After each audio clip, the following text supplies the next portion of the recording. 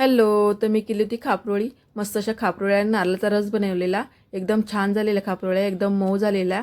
नारळाच्या रसाबरोबर खायला छान लागतात. त्यासाठी 3 वाटी तांदूळ घेतलेले, 1 वाटी उडीद डाळ घेतली, अर्धा वाटी चणा डाळ घेतली आणि 1.5 चम्मच मेथीदाणा घेतला. स्वच्छ धुवायचे आणि त्याला पाणी घालून 7 ते 8 तास ठेवायचे भिजवायला. हे बघा 7 ते 8 तासांनी चांगले असे भिजवलेले आहे. त्यानंतर थोडं थोडं करून आपण मिक्सरला बारीक असं लावून घ्यायचं. पाण्याचा जास्त वापर नाही करायचा, थोडंसं पाणी घालून बारीकसर लावून घ्यायचं. सर्व मी तसंच लावून घेते बारीकसर. आणि हे मिक्सरचंच पाणी आहे ते थोडंसं मी घालून घेते आणि त्यामुळे थोडीशी अर्धा चम्मच याची हळद टाकली आणि चांगलं असं फेटून घ्यायचं. 5 मिनटं चांगलं असं फेटून घ्यायचं. तुम्ही हाताने किंवा चमच्याने पण असं फेटू शकता.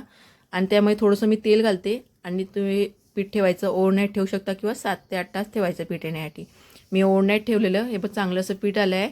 पण पहिला आपण रस बनवूया. त्यासाठी 1 वाटी खोबरं घेतलं आहे आणि अर्धा चम्मच हळद घेतली. 5-6 मी विलायची घेतलेल्या ते सोलून घालायच्या. 1 वाटी गूळ घेतलं आहे आणि जायफळ घेतले ते नंतर घालूया.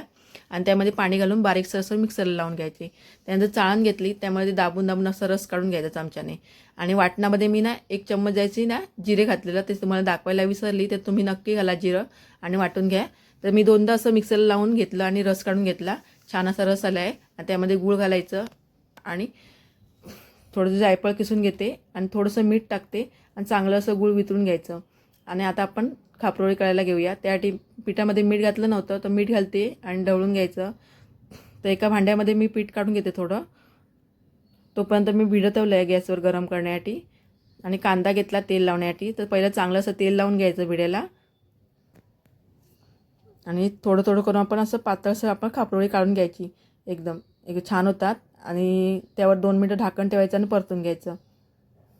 तर दाखवते तुम्हाला. तेव्हा तेल लावायचं आणि वर असं खापरोळी काढायची पातळ एकदम. तर 2 मिनिट जायचं झाकण ठेवायचं आणि अशी परतून घ्यायची. हे बघा सर्व मी अशात काढून घेतल्या. एकदम छान लागतात खायला नारळाच्या रसाबरोबर. तुम्ही नक्की बनवून बघा. तर आणि आवडल्यास माझे व्हिडिओ